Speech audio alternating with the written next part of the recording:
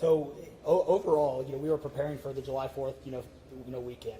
So we had National EMR on site. We were, basically stood up kind of an incident command post, if you will, to prepare for that event. So everybody was kind of up looking at weather. We looked at the weather before. When you looked at the National Weather Service, flood map, it spanned all the way from the west side of Texas, with Kerr County kind of being in that upper northeast corner of it.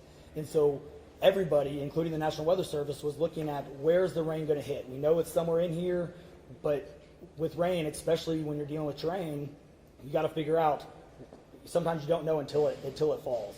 So once it starts falling, then you got to figure out, okay, how's the watershed going to do this? How's the science going to work? And when you had that north and south fork that we had talked about before, it all converged into one.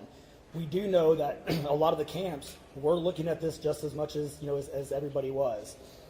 With the rainfall percentages, even the National Weather Service had looked at, and don't quote me on the numbers, but it was anywhere between 1 to 7 inches.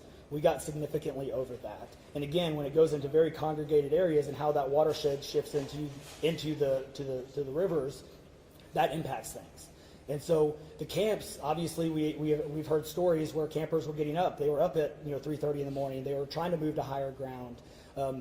That's the head.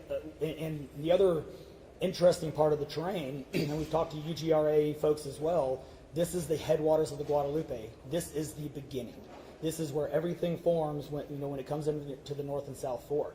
And so as those things develop, it develops very rapidly, very quickly, and this rose very quickly in a very short amount of time. And so those campers that were able to do that, it worked.